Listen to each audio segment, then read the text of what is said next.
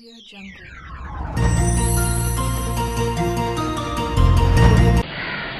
श्रीमती विष्णु सिद्धारे मनोनंदन हेरवे नंद नंदन सुंदरी coli नित्यमंगलम வாழ்க வையகம் வாழ்க வளமுடன் எல்லா புகழும் ஆண்டாளுக்கே. வாஸ்து இன்னைக்கு நம்ம மனிதர்கள் வாழ்க்கையில் ஒரு இன்றியமையாத ஒரு விஷயமாயிடுச்சு. ஏன்னா நிறைய பேர் ஒரு பயப்படக்கூடிய விஷயமாகவும் ஆக்கிட்டாங்கன்றது ஒரு வேதனைக்குரிய விஷயம். அது அப்படி இல்லை, அது நம்மளோட கன்வீனியன்ஸ்க்காக தான், நம்மளுடைய சௌகரியத்துக்காக தான் இருக்கிறத நம்ம புரிஞ்சுக்கிட்டோம் அப்படின்னு சொன்னால் அந்த சப்ஜெக்ட் நமக்கு ரொம்ப எளிமையாக இருக்கும், நல்லாவும் இருக்கும். அப்புறம் வாஸ்துன்றது அந்த காலத்தில் இருந்ததா இப்போ தானே பேசப்படுது அப்படின்னு சொல்லி நீங்கள் கேட்டிங்கன்னா அதுக்கு என்னோடய பதில், அந்த ஒரு விஷயம் நம்ம தெரியாமல் அந்த காலத்தில் நம்ம ஃபாலோ பண்ணியிருக்கோம். இப்போ தெரிஞ்சு நம்ம அது எல்லாரும் ஒரு ஃபோர்ஸிபிளாக கூட சொல்லலாம், ஃபோர்ஸிபிளாக ஆக்கி இன்றைக்கி ஃபாலோ பண்ணி ஆக வேண்டிய ஒரு கட்டாயத்தில் இருக்கும். வாஸ்துபடி இல்லை அதுக்காக ஒருத்தர் கஷ்டப்படணுமா, வாஸ்துபடி இருந்தாலும் ஒருத்தர் நல்லா இருக்குமா அப்படின்னு சொல்லி நீங்கள் கேட்டிங்கன்னா, வாஸ்துபடி இல்லைன்னா கூட ஒருத்தர் நல்லா இருக்கலாம், நல்ல வெற்றியை பெறலாம், நல்ல நிலைமைக்கு வரலாம்.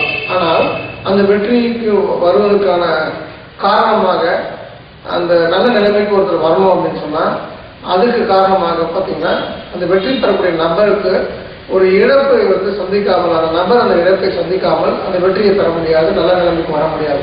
நம்ம வாசி ரொம்ப சிம்பிளாக சொல்லணும்னா இழப்புடன் கூடிய வெற்றி, இழப்பில்லாமல் பெறக்கூடிய வெற்றி நம்ம சொல்லிடலாம்.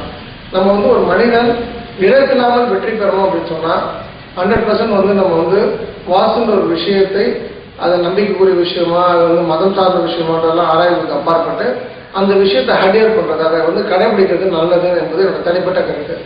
வாஸ்துபடி இல்லாமல் வித் லாஸ் அப்படின்னு நம்ம ஜெயிக்கணும் அப்படின்னு சொன்னால் நமக்காக தவறான வீட்டில் இருந்தால் கூட நம்ம கூட இருக்கவங்க, நம்ம நண்பர்கள், ரிலேட்டிவ்ஸ், நம்ம கூட யார் நம்ம வேலை பார்க்குறவங்க பார்த்தீங்கன்னா ஒரு இழப்பை சொல்லிக்கிறாங்க. அந்த இழப்பு என்பது ஒரு விதவி, ஒரு கணவனை பிரிந்த பெண், இழந்த பெண், உடல் ஊனமுற்றவர்கள், மன வளர்ச்சி கொண்டவர்கள், அனாதைகள், குழந்தை இல்லாதவங்க, திருமணம் ஆகாதவங்க, இளம் வயதில் மரணம் போன்ற விஷயங்களை அந்த பர்டிகுலர் நபர் வசிக்கக்கூடிய வீடு ஏற்படுத்துகிறது.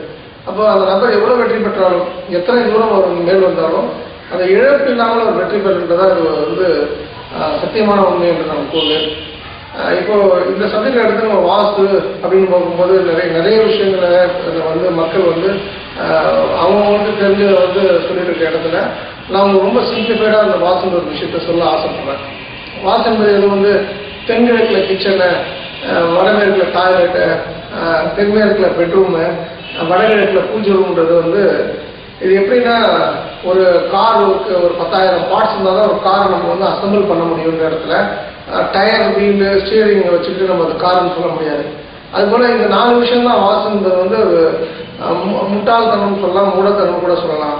வாசுல இந்த 4 விஷயம் முக்கியம் இல்லை, இதுக்கு மேலே மிக முக்கியமான விஷயங்கள் இருக்குது என்பது தான் என்னோட ரிசர்ச் பேஸ்ட் ஃபைண்டிங்கு. அது ரொம்ப முக்கியமானது என்னென்னா ஒரு 6 rule which is applicable commonly world wide அப்படின்னு நம்ம சொல்லுவேன். நான் அந்த 6 ரூல் என்ன அப்படின்னு சொன்னால், நம்ம வசிக்கக்கூடிய இடம், அது அந்த மனையாகட்டும், நம்ம அந்த மனையில் கட்டிருக்க கட்டடமாகட்டும், அது சதுரம் அல்லது செவ்வகமாக இருக்கணும்.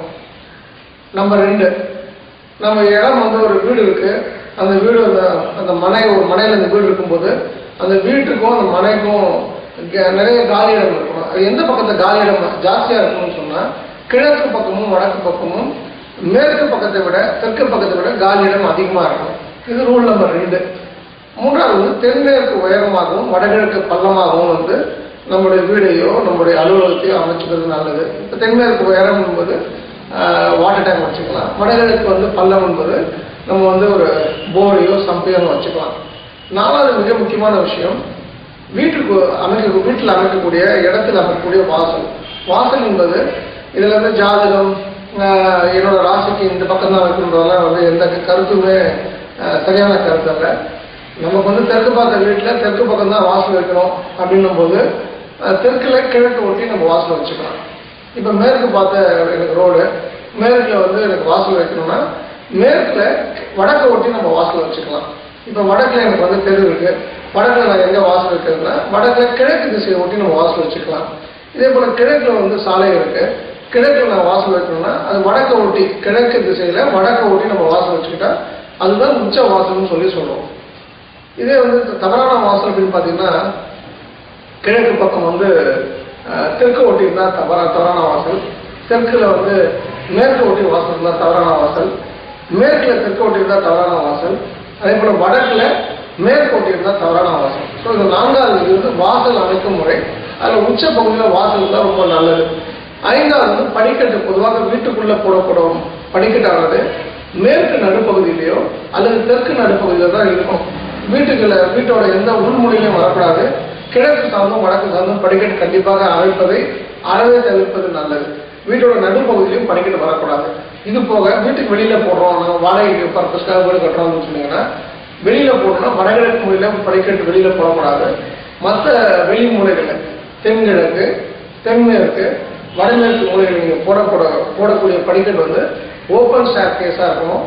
அது கேண்டிலிவர் டைப்பா இருக்கணும். அதாவது வந்து ஒரு ஸ்ட்ரக்சரலா பில்டிங்ல இருந்து ஒரு கிராஸ் பீம் எடுத்து அதன் மேல எந்த சப்போர்ட்டும் இல்லாம அந்த படிக்கட்டை ரெஸ்ட் பண்றதா வந்து cantilever open type staircase அமைப்பு. இந்த படிக்கட்டுக்கு அடுத்து மிக மிக முக்கியமான கடைசியான விதி என்னன்னு பார்த்தீங்கன்னா 6வது விதி. அது வந்து தெருக்குத்து, தெருப்பார்வைன்னு நம்ம சொல்லலாம். இப்ப நல்ல மனை, அருமையான வந்து வீடு வந்து நல்லா வாசப்படி கட்டியாச்சு. ஆனா அந்த மனையில தவறான தெருக்குத்து இருந்ததுன்னா அது நம்மளை வந்து நீங்க எவ்வளவு நல்லவங்களா இருந்தாலும் நம்மளை கஷ்டப்படுத்திடும்.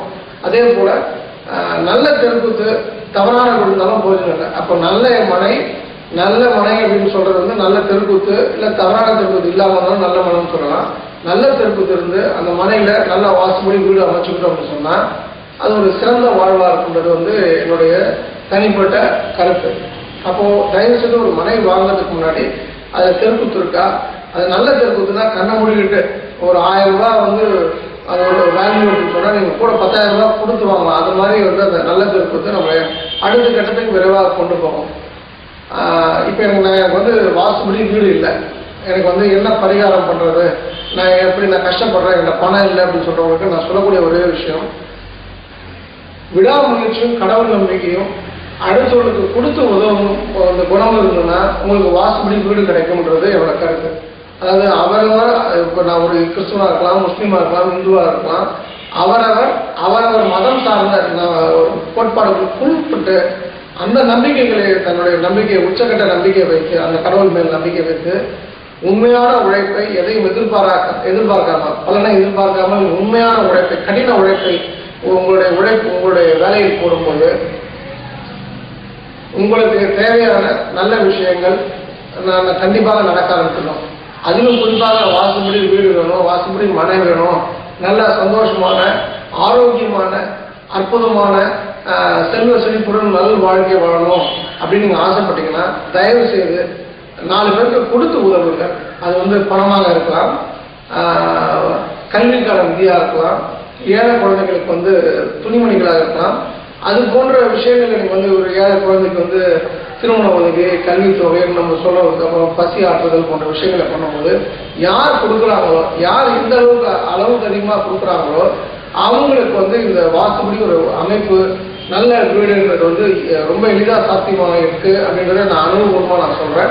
ஸோ தயவு செய்து இந்த 6 பாயிண்ட்ஸ் பிளஸ் இதுக்கப்புறம் மற்ற விஷயங்கள், ஹைட் சீலிங் இருக்கக்கூடாது வீட்டில், அப்புறம் வந்து தென்கிழக்கில் கிச்சன் வச்சுங்க, வடமேற்கில் டாய்லெட் போட்டுங்க, தென்மேற்கில் பெட்ரூம் போட்டுங்க, கிழக்கு பார்த்து வடகிழக்கிலையும் தென்மேற்கு மூலையிலையும் இல்லாமல் உங்களுடைய பூஜை ரூமை வைத்து வீடை சதுரம் சுகமாக கட்டி அருமையான நல் வாழ்க்கை வாழ என்னுடைய அன்பான வாழ்த்துக்கள். வாழ்க வளமுடன். எல்லா புகழும் ஆண்டாளுக்கே.